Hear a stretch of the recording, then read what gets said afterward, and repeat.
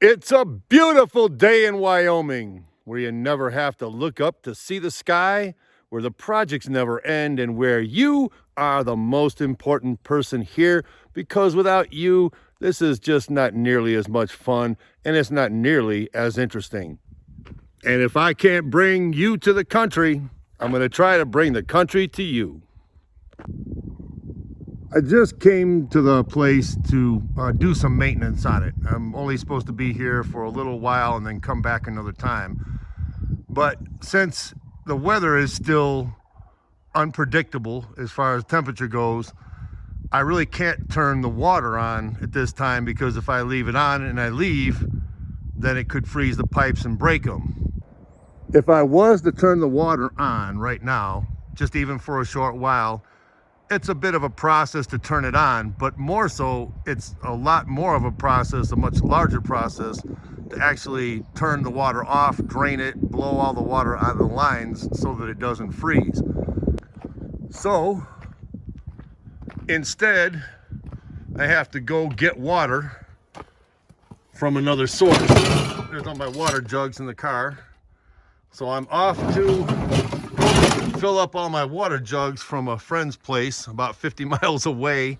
I'm gonna fill up my water and I've already washed the dishes. I'm gonna rinse them off there so I don't have to use my water to do it. So yeah, it's pretty much like camping or glamping or something like that. But what's really kind of fun for me is that this is how we all lived, my whole family lived while we were building this house years ago. This is pretty much what we did then, so, you know, to me, no big deal. So we go down the old 2-track dirt road for a while. Then we go down the fancy dirt road, the gravel road, do this for a while. Looks like the county's working on the road. That's nice. Since this is such an adventure to go out and get water for drinking and flushing the toilet and washing dishes and all that stuff, might as well stop in town and take a shower, right? So yeah, I'll stop off at the local recreation center and just use the shower. It costs a couple of bucks, but you know, without water, no shower. This is definitely country. When you're driving down the road and you pass somebody, they almost always wave if they're from here. If they're not from here, but it's really funny. People still wave. Even if you don't know them or they don't know you, they still wave. Pretty cool. Then to the old 2-lane federal highway.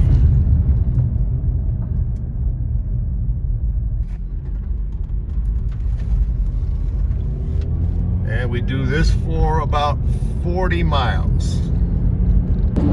So let me tell you about this old car. This old car really has surprised me, pleasantly surprised me in a way. It is a huge pain in the butt. This car has been a real pain.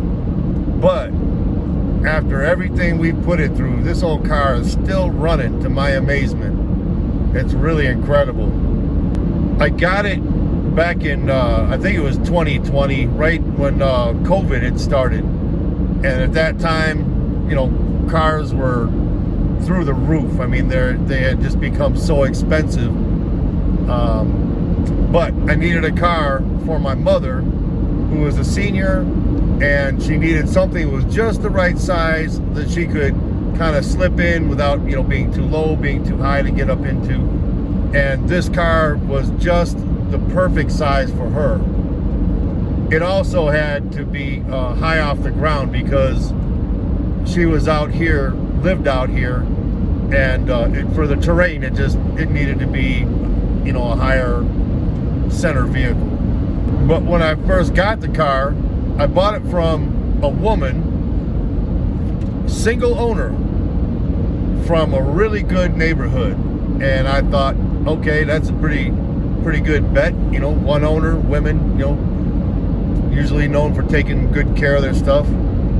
Wrong, man. it wasn't long after owning it, I found out it burned oil like crazy, like a quart every 300 miles. That's bad. That's like really, really bad. But I was gonna try to make it work out. So we packed the old car up and packed it to the hilt, really. Put the dog in the back, hit the highway, you know, for a 1,500 mile drive. And I just had to put a quart of oil in every 300 miles. Yeah, over a 1,500 mile drive, I had to keep watching the oil and just put a quart in every time it got low. That was really discouraging, big time. And what also was really pretty discouraging was that I ended up having to do all kinds of other maintenance work on it because the lady obviously didn't take care of the car at all. I don't even know if she ever changed the oil, but all the air filters, everything, anything that required any kind of maintenance was shot. Eventually I ended up doing other things like drive axles, and I had a crazy oil leak. It had an oil leak that I couldn't find for the longest time. It took me 2 years to really figure out where that oil leak was coming from. That was another real major pain. But, you know, here's the testimony. The old girl's still running. You know, and this is years later. That's, you know, what, 6 years later? It's beat, man. We have beat this car. It's been up and over some really high hills, mountains. It's been off-roading, four-wheeling, in some really, really rugged stuff. And it's beat. This car is beat up. It shakes. It's got the busted windshield. The door rattles. It's dirty. It's just a mess. This old car is a mess. But I'll tell you what, this old car is a really good, amazing old ranch car, farm car, whatever you want to call it. But, you know, for hauling and just getting point A to point B and anything that requires kind of rough terrain, hauling stuff, I'm shocked. I'm surprised the old thing is still running, and the engine actually sounds really good, but it just burns a ton of oil. Well, she ain't much to look at. She gets the job done. On a day like today, that's all that matters.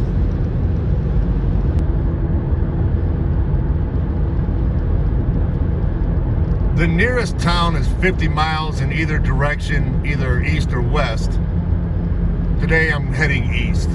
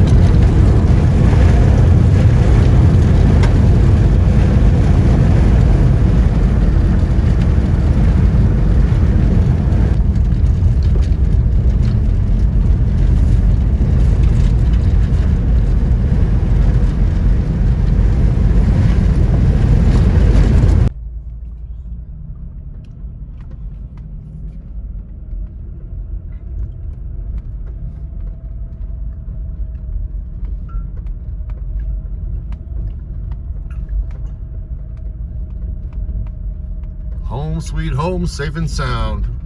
Hope you all have a great day.